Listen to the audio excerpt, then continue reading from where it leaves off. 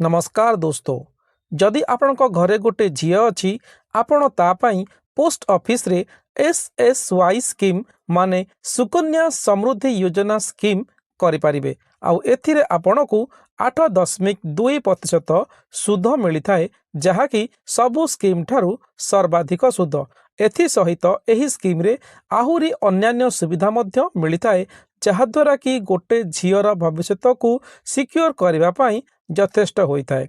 आपण मानकर प्रश्न, जदि घरे गोटे पुओ अच्छी ताहले तापाई कौन एपरी किछि स्कीम अच्छी जहाद्वारा कि सही पुओर भविष्य को सिक्योर करिहेबो? आज्ञा हाँ, आज आमे सही स्कीम टी आपण को कहबू जहाँकि एक सरकारी स्कीम आउ एथिरे आपणकू सरकारी ग्यारंटी सहित रिटर्न मिलता है। ताहले चलंतु डेरी न करी आरंभ करदेबा भिडियोटी को। जदि आपण आम चैनल को नुआ आसीचंती ताले सब्सक्राइब करि नेबे। भिडियोटी पसंद लागिले गोटे लाइक करने को बिल्कुल भी भूलिबेनी। जदि आपणक घरे गोटे पुओ अच्छी आउ आपण तार भविष्य को पूरा सिक्योर करने पई चाहूचंती आउ आपण एपरी एक स्कीम खोजुचंती जो थिरे कि आपणकू सरकारी ग्यारंटी सहित रिटर्न मिलता है, ताले आमे आज आपण पई नै आसीचु पोस्ट ऑफिस रो PPF स्कीम। एही स्कीम रे जदि आपण निवेश करंती एथिरे आपणकू सरकारी ग्यारंटी सहित रिटर्न मिलता है।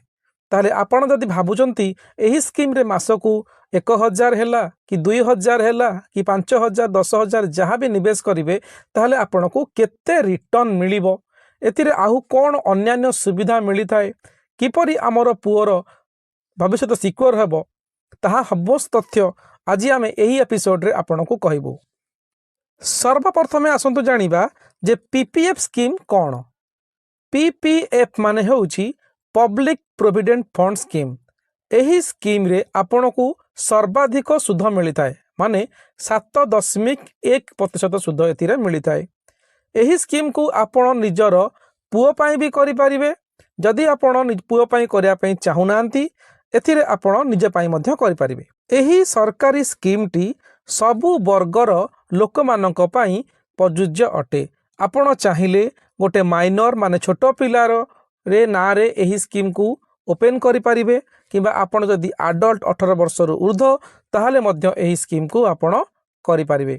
एबे आसंतु जानिबा जे आपमे जदि एही स्कीम रे केते टंका रखिले केते हमकू बेनिफिट मिलिबो बा केते हमकू सुद सहित हमर प्रिंसिपल बा हमर मूल मिली परिबो। आमे आपण कहि रखिया चाहूचु गोटे फाइनेंशियल ईयर माने गोटे वर्ष रे आपण मिनिमम एही स्कीम रे 500 टंका डिपॉजिट करि परिबे। मिनिमम मैक्सिमम गोटे वर्ष रे 1.5 लाख टंका डिपॉजिट करि परिबे। आउ एही पैसा को आपण जेते बेले चाहिबे डिपॉजिट करि परिबे, मंथली आकार रे, क्वार्टरली आकार रे, हाफ ईयरली, एनुअली जेते बेले आपण पाखरे पैसा हबो आपण डिपॉजिट करि परिबे। आउ गोटे कथा कहि रखिया पय चाहूचु एही स्कीम रे मध्ये आपण को लोन नेबार फैसिलिटी मध्ये अवेलेबल अच्छी। आपण एही स्कीम रु लोन मध्ये नै परिबे। ताले एबे आसंतु जानिबा जदि आमे एही स्कीम रे मासकू 1000 टंका डिपॉजिट रखुचे पुओ ना रे ताले हमकू केते टंका बेनिफिट मिलिबो? दोस्तों एही स्कीम रे आपनको 7.1% इंटरेस्ट मिलता है।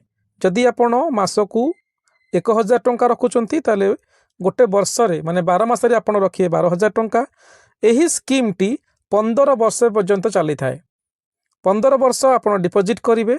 आपण टोटल डिपॉजिट करिवे एही स्कीम रे 1,80,000 टंका।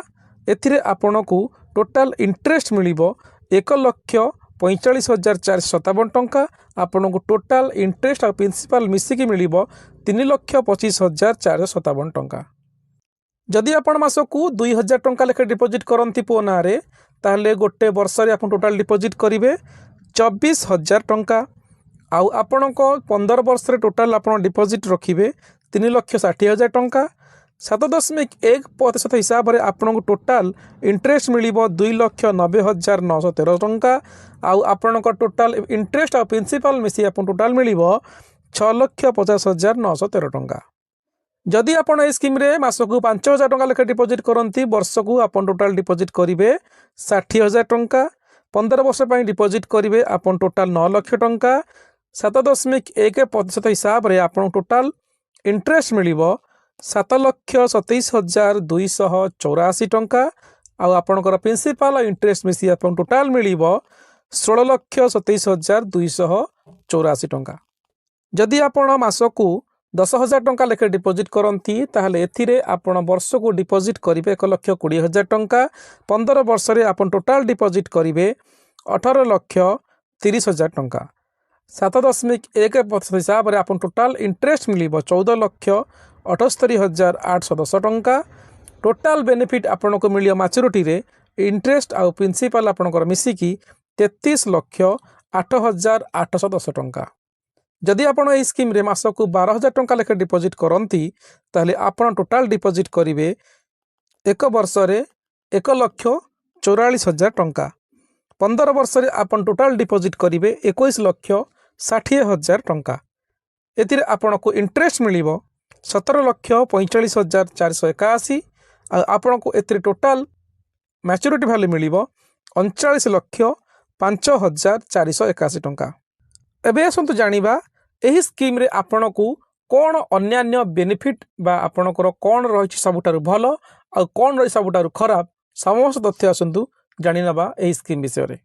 बैंक रे रखू ताले आमको मध्य लगभग सेम अमाउंट रो मैच्योरिटी वैल्यू मिल जिवो। हाँ आज्ञा आपण को बैंक रे मध्य सेम अमाउंट रो मैच्योरिटी वैल्यू मिल जाई थाए किंतु बैंक रे आपण को टीडीएस देबा को पड़ी थाए।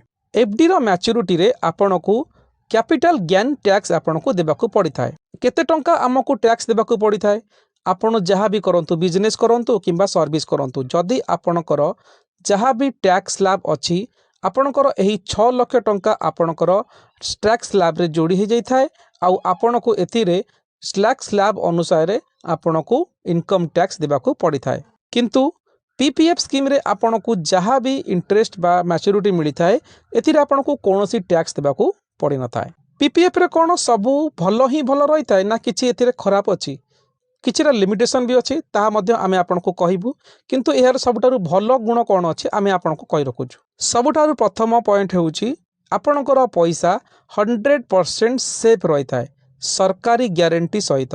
एथिरे आपणकर रिस्क फैक्टर रही थाए संपूर्ण जीरो। मार्केट क्रैश हो जाऊ मंदी आसी जाऊ आपणकर कोनोसी फरक पड़े नाही। आपण को एथिरे ग्यारंटेड रिटर्न मिली थाए सरकारी ग्यारंटी सहित। द्वितीय भलो पॉइंट हेउछि टैक्स फ्री। आपण को एथिरे ट्रिपल ई बेनिफिट मिली थाए।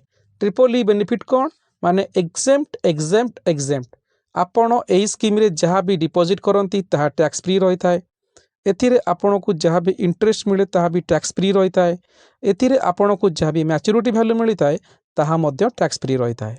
आउ तृतीय भलो पॉइंट हेउछि कंपाउंडिंग माने एथिरे आपण को प्रति वर्ष इंटरेस्ट उपरे इंटरेस्ट मिली थाए। आउ चतुर्थ पॉइंट हेउछि आपण को एथिरे 3 रु 6 वर्ष परे आपण को एक लोन फैसिलिटी आउ पार्शियल विथड्रॉल फैसिलिटी मध्य मिली थाए। आपणकर इमरजेंसी समय रे आपण डिपोजिट करिथिबा फंड रु एक लोन मध्य नै परिबे एक मिनिमम आपणकर इंटरेस्ट सहित नचेत आपण 6 वर्ष पर एतिरु पार्शियल विथड्रॉल मध्य करि परिबे। आउ पंचम पॉइंट हेउछि नॉमिनेशन आपणकर परे आपणकर पैसा सुरक्षित काहाको मिली परिबो आपण एथिरे काहाको भी नॉमिनी करि परिबे।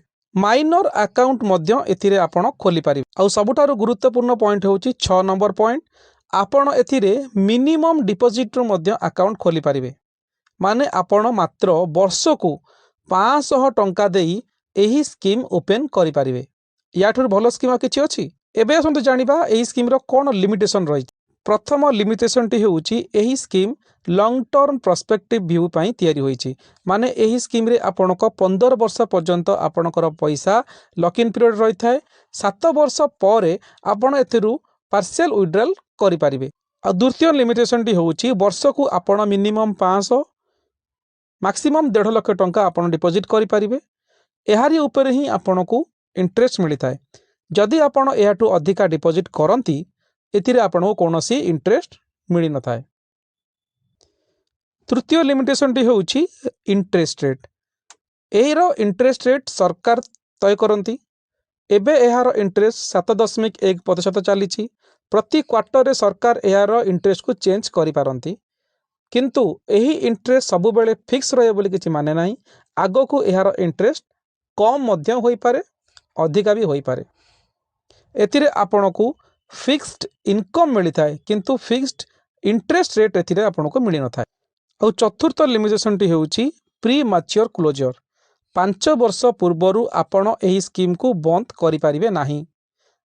किछिटा केस रे आपण बंद करि पारिबे जेमिति कि क्रिटिकल इलनेस हायर स्टडी एही केस रे आपणकर एही स्कीम को बंद करा जाई पारिबो। जदि आपण एहा को प्री क्लोजर करिया पे चाहती आपणको संपूर्ण पैसा लैप्स मध्य होई पारे। आ एहा को आपण केउंटर खोली पारिबे आपण पोस्ट ऑफिस रे एही स्कीम को ओपन करि पारिबे। अन्यथा जे कोनोसी सरकारी बैंक जेमिति कि स्टेट बैंक हैला नचेत आपण कोनोसी बेसरकारी बैंक माने प्राइवेट बैंक रे मध्य एहा को खोली पारिबे जोथिरे सरकारनकर मान्यता थिबो।